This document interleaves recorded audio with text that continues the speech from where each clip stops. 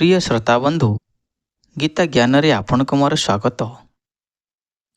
କ୍ଳବ୍ୟଂ ମା ସ୍ୱ ଗମଂ ପ୍ରାତଂ ନତ୍ୟତ୍ୱୟ ପପଦ୍ୟତେ କ୍ଷୁଦ୍ରଂ ହୃଦୟ ଦବଲ୍ୟ ତ୍ୟକ୍ତଷ୍ଟିଷ୍ଟ ପରନ୍ତପ।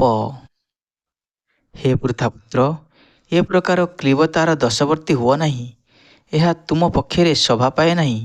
ହେ ପରନ୍ତପ, ଏ ପ୍ରକାର ତୁଚ୍ଛ ହୃଦୟ ଦୁର୍ବଳତାକୁ ତ୍ୟାଗ କରି ଯୁଦ୍ଧ ପାଇଁ ଦଣ୍ଡାୟମାନ ହୁଅ। ଶ୍ରୋତାବନ୍ଧୁ, ଏଠାରେ ଅର୍ଜୁନଙ୍କୁ ପୃଥାପୁତ୍ର ବୋଲି ସମ୍ବୋଧନ କରାଯାଇଛି। ପୃଥା ଶ୍ରୀକୃଷ୍ଣଙ୍କର ପିତା ବାସୁଦେବଙ୍କର ଭଗିନୀ ଥିଲେ। ତେଣୁ ଶ୍ରୀକୃଷ୍ଣ ଓ ଅର୍ଜୁନଙ୍କ ମଧ୍ୟରେ ରକ୍ତ ସମ୍ପର୍କ ଥିଲା। ଯଦି କୌଣସି କ୍ଷତ୍ରିୟ ପୁତ୍ର ଯୁଦ୍ଧ କରିବାକୁ ମନା କରେ, ତେବେ ସେ ନାମକୁ ମାତ୍ର କ୍ଷତ୍ରିୟ ହୋଇ ରହିଯାଏ ଏବଂ କୌଣସି ବ୍ରାହ୍ମଣ ପୁତ୍ର ଅଧମର୍ଚିତ କର୍ମ କରେ, ତେବେ ସେ ନାମକୁ ମାତ୍ର ବ୍ରାହ୍ମଣ ହୋଇ ରହେ।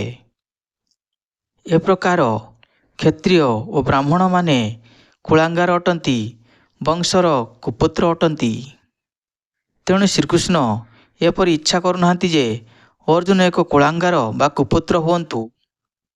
ଅର୍ଜୁନ କୃଷ୍ଣଙ୍କର ଅତି ଅନ୍ତରଙ୍ଗ ବନ୍ଧୁ ଥିଲେ ଏବଂ ଶ୍ରୀକୃଷ୍ଣ ତାଙ୍କୁ ପ୍ରତ୍ୟକ୍ଷ ଭାବରେ ଯୁଦ୍ଧଭୂମିରେ ରଥ ଉପରେ ବସି ନିର୍ଦ୍ଦେଶ ଦେଉଥିଲେ। ଏସବୁ ସତ୍ୟ ଯଦି ଅର୍ଜୁନ ଯୁଦ୍ଧ କରିବାକୁ ମନା କରନ୍ତି, ତାହେଲେ ସେ ଅତି ଅକୃତ୍ୟକର କାର୍ଯ୍ୟ କରୁଛନ୍ତି ବୋଲି ବୁଝିବାକୁ ହେବ। ତେଣୁ ଭଗବାନ ଶ୍ରୀକୃଷ୍ଣ କହିଲେ ଯେ ଅର୍ଜୁନଙ୍କ ପକ୍ଷରେ ଏ ପ୍ରକାର କ୍ଳୀବତା ଶୋଭା ପାଏ ନାହିଁ। ଅବଶ୍ୟ ଅର୍ଜୁନ ଯୁକ୍ତି ଦେଖାଇ ପାରନ୍ତି ଯେ ଅତି ସମାନ ହିଁ ପିତାମହ ଭୀଷ୍ମ ଏବଂ ତାଙ୍କର ଆତ୍ମୀୟ ସ୍ୱଜନମାନଙ୍କ ଯୋଗୁଁ ଅତ୍ୟନ୍ତ ଉଦାର ହୃଦୟ ହୋଇ ଯୁଦ୍ଧ କରିବାକୁ ମନା କରୁଛନ୍ତି, କିନ୍ତୁ ଏ ପ୍ରକାର ଉଦାରତାକୁ ଆଚାର୍ଯ୍ୟମାନେ ସ୍ୱୀକାର କରିବେ ନାହିଁ। ଏକଥା ଶ୍ରୀକୃଷ୍ଣ କହୁଛନ୍ତି। ତେଣୁ ଏ ପ୍ରକାର ଉଦାରତା ବା ତଥାକଥିତ ଅହିଂସା ଅର୍ଜୁନଙ୍କ ପରି କ୍ଷତ୍ରିୟମାନଙ୍କ ପକ୍ଷରେ ଶୋଭା ପାଏ ନାହିଁ। ସେ ପ୍ରତ୍ୟକ୍ଷ ଭାବରେ ଶ୍ରୀକୃଷ୍ଣଙ୍କର ନିର୍ଦ୍ଦେଶ ଲାଭ କରି ଏ ପ୍ରକାର ଉଦାରତା ତ୍ୟାଗ କରିବା ଉଚିତ। କଥଂ ଭୀମ ମହଂ ସଂଖ୍ୟେ ଦ୍ରୋଣ ଚ ମଧୁସୂଦନ ଇଷୁଭିଃ ପ୍ରତିଗଚ୍ଛାମି ପୂଜାର୍ହାର ବରିସୂଦନ। ଅର୍ଜୁନ କହିଲେ, ହେ ମଧୁସୂଦନ, ହେ କୃଷ୍ଣ, ମୋର ପୂଜ୍ୟ ଭୀଷ୍ମ ଓ ଦ୍ରୋଣଙ୍କ ପରି ଗୁରୁମାନଙ୍କୁ ଯୁଦ୍ଧରେ ମୁଁ କିପରି ପ୍ରତିଶର ନିକ୍ଷେପ କରିବି? ପିତାମହ ଭୀଷ୍ମ ଏବଂ ଦ୍ରୋଣାଚାର୍ଯ୍ୟଙ୍କ ଭଳି ସମାନାହ ଗୁରୁମାନେ ସର୍ବଦା ପୂଜ୍ୟ ଅଟନ୍ତି। ଯଦିଓ ସେମାନେ ଆକ୍ରମଣ କରନ୍ତି, ତଥାପି ସେମାନଙ୍କୁ ପ୍ରତି ଆକ୍ରମଣ କରାଯିବ ନାହିଁ। ଏହା ହେଉଛି ସାଧାରଣ ଭଦ୍ରତା ଯେ ଗୁରୁମାନଙ୍କ ପ୍ରତି ରୁକ୍ଷ ଭାଷା ମଧ୍ୟ ପ୍ରୟୋଗ କରିବା ଉଚିତ ନୁହେଁ। ଯଦିଓ ସେମାନେ ବେଳେବେଳେ ରୁକ୍ଷ ବ୍ୟବହାର ପ୍ରଦର୍ଶନ କରନ୍ତି, ତଥାପି ଅନ୍ୟମାନଙ୍କର ସେମାନଙ୍କ ପ୍ରତି ରୁକ୍ଷ ବ୍ୟବହାର ପ୍ରଦର୍ଶନ କରିବା ଉଚିତ ନୁହେଁ। ତାହେଲେ ଏପରି କ୍ଷେତ୍ରରେ ଅର୍ଜୁନ କିପରି ସେମାନଙ୍କ ଉପରେ ପ୍ରତି ଆକ୍ରମଣ କରିବେ? ଶ୍ରୀକୃଷ୍ଣ କ'ଣ ତାଙ୍କର ପିତାମହ ଉଗ୍ରସେନ ଓ ଗୁରୁ ସନ୍ଦୀପନି ମୁନିଙ୍କୁ ଆକ୍ରମଣ କରିପାରିବେ? ଅର୍ଜୁନ ଏପରି କେତେକ ଯୁକ୍ତି କୃଷ୍ଣଙ୍କ ସମ୍ମୁଖରେ ଉପସ୍ଥାପନ କଲେ। ଗୁରୁନ୍ ହତ୍ୟା ହିଁ ମହାନ୍ ଭାବାନ୍ ଶ୍ରେୟଃ ଭକ୍ତୁଂ ଭକ୍ଷ୍ୟମପିହ ଲୋକେ ହତ୍ୱାର୍ଥ କାମାସ୍ତୁ ଗୁରୁନିହେବ ଭୁଞ୍ଜିୟ ଭଗାନ୍ ରୁଧିରା ପ୍ରଦିଗ୍ଧାନ୍। ଅର୍ଜୁନ କହୁଛନ୍ତି, ଯେଉଁମାନେ ମୋର ଗୁରୁଜନ, ସେମାନଙ୍କୁ ବଧ କରି ଜୀବନ ଉପଭୋଗ କରିବା ଅପେକ୍ଷା ଏ ପୃଥିବୀରେ ଭିକ୍ଷା କରି ବଞ୍ଚିବା ଭଲ।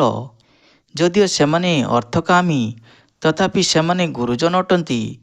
ଯଦି ସେମାନଙ୍କୁ ବଧ କରାଯାଏ, ତାହେଲେ ଆମ୍ଭେମାନେ ଯାହା ଲାଭ କରିବା, ତାହା ରୁଧିର ରଞ୍ଜିତ ହୋଇଯିବ। ପ୍ରିୟ ଶ୍ରୋତାବନ୍ଧୁ, ଯଦି କୌଣସି ଗୁରୁ ଘୃଣ୍ୟ କାମ କରନ୍ତି ଏବଂ ନିଜର ବିଚାର ବୁଦ୍ଧିକୁ ବଳିଦାନ ଦିଅନ୍ତି, ତାହେଲେ ସେ ପ୍ରକାର ଗୁରୁଙ୍କୁ ତ୍ୟାଗ କରିବା ଉଚିତ। ଏହା ହେଉଛି ଶାସ୍ତ୍ରମତ। ଭୀଷ୍ମ ଓ ଦ୍ରୋଣ ଦୁର୍ଯ୍ୟୋଧନଙ୍କ ପକ୍ଷ ଗ୍ରହଣ କରିବାକୁ ବାଧ୍ୟ ହୋଇଥିଲେ, କାରଣ ସେମାନେ ତାଙ୍କଠାରୁ ଆର୍ଥିକ ସାହାଯ୍ୟ ପାଉଥିଲେ। କିନ୍ତୁ ସେମାନେ ଏପରି ବିଚାର ଗ୍ରହଣ କରିବା ଉଚିତ ନଥିଲା। ଆର୍ଥିକ ସାହାଯ୍ୟ ଯୋଗୁଁ ସେମାନେ ଗୁରୁ ଜନିତ ସମ୍ମାନ ହରାଇଲେ।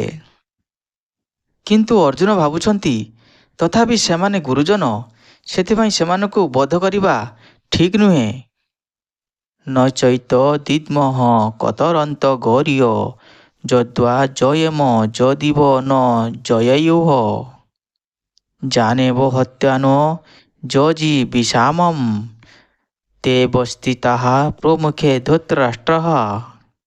ଅର୍ଜୁନ କହୁଛନ୍ତି ଯୁଦ୍ଧରେ ସେମାନଙ୍କୁ ଜିଣିବା ବା ସେମାନଙ୍କ ଦ୍ୱାରା ବିଜିତ ହେବା କେଉଁଟା ଆମ ପାଖରେ ଭଲ କେଉଁଟା ମନ୍ଦ ମୁଁ ଜାଣିପାରୁନାହିଁ।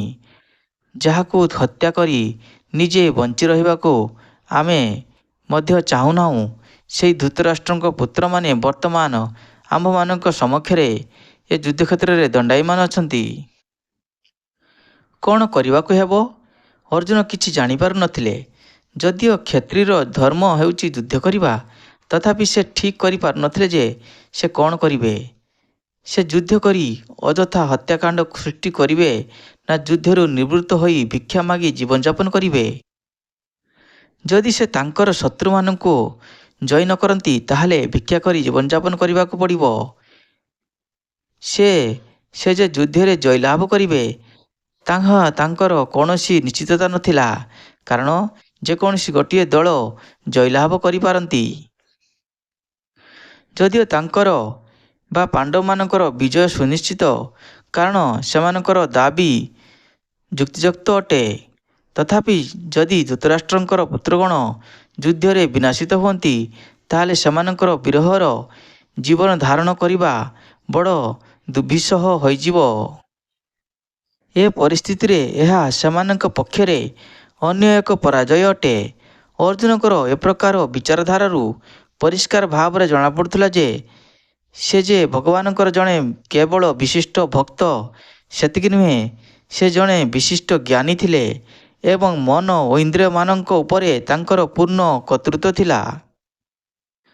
ଯଦିଓ ସେ ଏକ ରାଜ ପରିବାରର ଜନ୍ମଗ୍ରହଣ କରିଥିଲେ, ତଥାପି ସେ ଯେ ଭିକ୍ଷା କରି ଜୀବନଯାପନ କରିବେ ଏ ନିଷ୍ପତ୍ତିକୁ ତାଙ୍କର ତ୍ୟାଗ ବା ଅନାସକ୍ତିର ଲକ୍ଷଣ ସ୍ପଷ୍ଟ ପ୍ରତୀତ ହେଉଥିଲା। ଏଥିରେ ଏହି ସିଦ୍ଧାନ୍ତ ପ୍ରକାଶ ପାଇଛି ଯେ ସେ ମୁକ୍ତିଲାଭ କରିବାକୁ ସମ୍ପୂର୍ଣ୍ଣ ଉପଯୁକ୍ତ ଅଟନ୍ତି।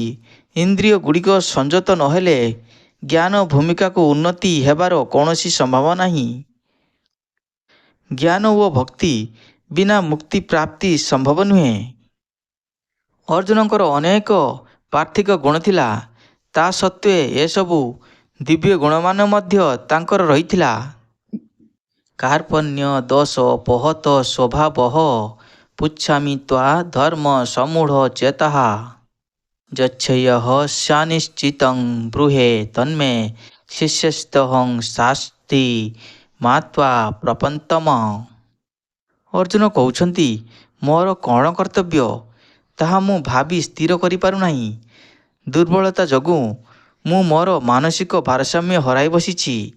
ଏ ଅବସ୍ଥାରେ ମୋ ପକ୍ଷରେ କ'ଣ ଶ୍ରେୟସ୍କର ଦୟାକରି ନିଶ୍ଚିତ ରୂପେ ମୋତେ କୁହନ୍ତୁ। ବର୍ତ୍ତମାନ ମୁଁ ଆପଣଙ୍କର ଶିଷ୍ୟ ହେଲି ଏବଂ ଆପଣଙ୍କର ସମ୍ପୂର୍ଣ୍ଣ ଶରଣରେ ଆସିଲି। ଦୟାକରି ମୋତେ ଉପଦେଶ ପ୍ରଦାନ କରନ୍ତୁ। ଏହି କଥା ସେ ଭଗବାନ କୃଷ୍ଣଙ୍କୁ କହୁଛନ୍ତି। ଶ୍ରୋତାବନ୍ଧୁ, ସମଗ୍ର ଭୌତିକ ସ୍ଥିତି ଓ ଭୌତିକ କାର୍ଯ୍ୟାବଳୀ ପ୍ରତ୍ୟେକଙ୍କୁ କେବଳ ବ୍ୟାକୁଳ ଓ ବିଗ୍ରହ କରାଏ। ଏହା ହେଉଛି ପ୍ରକୃତି ବିଧାନ। ପ୍ରତି ପଦକ୍ଷେପରେ ବ୍ୟାକୁଳତା ବା ବ୍ୟଗ୍ରତା ହିଁ ଅନୁଭୂତି ହୁଏ ଏବଂ ସେଥିପାଇଁ ବ୍ୟାକୁଳତାକୁ ଏକ ଉପଯୁକ୍ତ ଆଚାର୍ଯ୍ୟଙ୍କର ଶରଣାପନ୍ନ ହେବାକୁ ଦରକାର ପଡ଼େ। କାରଣ ସେ ଆଚାର୍ଯ୍ୟ ବା ଗୁରୁ ତାକୁ ଜୀବନରେ ଉପଯୁକ୍ତ ମାର୍ଗ ପ୍ରଦର୍ଶନ କରିପାରିବେ, ଯଦ୍ୱାରା କି ତାହାର ଜୀବନ ବାସ୍ତବ ଉଦ୍ଦେଶ୍ୟ ସାଧିତ ହେବ। ସମସ୍ତ ଦୈବିକ ଶାସ୍ତ୍ରରେ ଏହି ଉପଦେଶ ଦିଆଯାଇଛି ଯେ ଜୀବନର ବ୍ୟାକୁଳତାକୁ ମୁକ୍ତି ଲାଭ ନିମିତ୍ତ ଏକ ଉପଯୁକ୍ତ ଗୁରୁଙ୍କ ନିକଟକୁ ଯିବାକୁ ପଡ଼ିବ। ଆମେ ଚାହୁଁନଥିଲେ ମଧ୍ୟ ଏ ବ୍ୟାକୁଳତା ଜୀବନରେ ଆସେ। ଏ ବ୍ୟାକୁଳତାରୁ କିପରି ମୁକ୍ତି ପାଇବାକୁ ହେବ ତାହା ଗୁରୁ ହିଁ ନିର୍ଦ୍ଦେଶ କରିପାରିବେ। ଏଗୁଡ଼ିକ ଦାବାଗ୍ନି ସଦୃଶ। ବଣରେ କେହି ଅଗ୍ନି ଲଗାଇ ଦିଅନ୍ତି ନାହିଁ, ସେ ମନକୁ ମନ ଲାଗି ସମଗ୍ର ବଣ ପୋଡ଼ି ପକାଏ। ଠିକ୍ ସେହିପରି ଏ ପୃଥିବୀ ପରିସ୍ଥିତି ଏପରି ଯେ ଆମେ ନ ଚାହିଁଲେ ସୁଦ୍ଧା ଜୀବନରେ ବ୍ୟାକୁଳତା ଆସେ। କେହି ଜଳିପୋଡ଼ି ହେବା ପାଇଁ ନିଆଁ ଚାହାନ୍ତି ନାହିଁ, ତଥାପି ସେ ଆସେ ଓ ଆମ୍ଭମାନଙ୍କୁ ଜାଳି ପୋଡ଼ି ଦିଏ। ତେଣୁ ଦୈବିକ ଶାସ୍ତ୍ର ସମୂହ ଏହି ଉପଦେଶ ଦିଅନ୍ତି ଯେ ଜୀବନର ବ୍ୟାକୁଳତାର ସମାଧାନ ନିମିତ୍ତ ଏବଂ ସମାଧାନର ପନ୍ଥା ବା ବିଜ୍ଞାନ ଜାଣିବା ନିମିତ୍ତ ବ୍ୟକ୍ତିକୁ ଉପଯୁକ୍ତ ଗୁରୁ ପରମ୍ପରାରେ ଆସୁଥିବା ଜଣେ ଆଚାର୍ଯ୍ୟଙ୍କ ନିକଟରେ ପହଞ୍ଚିବାକୁ ହେବ। ଯେଉଁ ବ୍ୟକ୍ତି ଏକ ଉପଯୁକ୍ତ ଆଚାର୍ଯ୍ୟଙ୍କ ନିର୍ଦ୍ଦେଶରେ ଅଛି ସେ ସବୁ ଜାଣିଛି। ତେଣୁ ବ୍ୟକ୍ତି ଭୌତିକ ଦୁଃଖ ବା ବ୍ୟଗ୍ରତା ମଧ୍ୟରେ ନ ରହି ଜଣେ ଉପଯୁକ୍ତ ଗୁରୁଙ୍କ ନିକଟରେ ରହିବା ଉଚିତ। ଏହା ହେଉଛି ଏ ଶ୍ଲୋକର ତାତ୍ପର୍ଯ୍ୟ। ଭୌତିକ ଦୁଃଖ ଯନ୍ତ୍ରଣା ଦଗ୍ଧ ମାନବ କିଏ? ଯେ ଜୀବନ ସମସ୍ୟା କ'ଣ ଜାଣେ ନାହିଁ ସେ ହେଉଛି ଭୌତିକ ଦୁଃଖ ଯନ୍ତ୍ରଣା ଦଗ୍ଧ ମାନବ। ବୃହତ୍ ଅରଣ୍ୟକ ଉପନିଷଦରେ ଏ ମାନବ ସମ୍ବନ୍ଧରେ ନିମ୍ନମତେ ବର୍ଣ୍ଣନା ଅଛି। ଯୋ ବା ଏତଦ୍ ଅକ୍ଷରମ୍ ଗାଜ୍ଞ ବିଦିତ୍ୱା ସ୍ୱୟଂ ଲୋକାତ୍ ପ୍ରତ୍ୟେ ସେ କୃପଣଃ। ଯେଉଁ ବ୍ୟକ୍ତି ଏକ ମାନବ ହିସାବରେ ଜୀବନରେ ସମସ୍ୟା ମାନଙ୍କର ସମାଧାନ କରିପାରେ ନାହିଁ ଏବଂ ଯେ ଆତ୍ମତତ୍ତ୍ୱ ବା ଆତ୍ମାନୁଭୂତି ଲାଭ ନ କରିପାରି କୁକୁର ବିରାଡ଼ି ପରି ଏ ପୃଥିବୀକୁ ତ୍ୟାଗ କରେ ସେ କୃପଣ ଅଟେ। ଯେଉଁ ମାନବ ଜୀବନରେ ସମସ୍ୟାମାନଙ୍କର ସମାଧାନରେ ଏ ଜୀବନକୁ ବିନିଯୋଗ କରେ ତାହାର ଜୀବନ ଧନ୍ୟ ଅଟେ। ତା ପକ୍ଷରେ ଏ ଜୀବନ ଅତ୍ୟନ୍ତ ମୂଲ୍ୟବାନ ଅଟେ। ତେଣୁ ଯିଏ ଏ ସୁଯୋଗକୁ ଉପଭୋଗ ନ କରେ ଅର୍ଥାତ୍ ଜୀବନକୁ ଉପଯୁକ୍ତ ଭାବେ ବିନିଯୋଗ ନ କରେ ସେ କୃପଣ ଅଟେ। ଅନ୍ୟ ପକ୍ଷରେ ଏ ପୃଥିବୀରେ ବ୍ରାହ୍ମଣ ଅଛନ୍ତି ଅର୍ଥାତ୍ ଯେ ଖୁବ୍ ବୁଦ୍ଧିମାନ ଅଟନ୍ତି ଏବଂ ସେ ଜାଣିଥାନ୍ତି ଜୀବନର ସମସ୍ୟା ମାନଙ୍କର ସମାଧାନ ନିମିତ୍ତ ଏ ଶରୀରକୁ କିପରି ବ୍ୟବହାର କରିବାକୁ ହେବ। ଯୋ ଏତଦ୍ ଅକ୍ଷରଂ ଗାର୍ଗୀ ଦିଗିତ୍ୱା ସ୍ୱୟଂ ଲୋକାତ୍ ପ୍ରତି ସୋ ବ୍ରାହ୍ମଣଃ। ଯେଉଁମାନେ କୃପଣ ସେମାନେ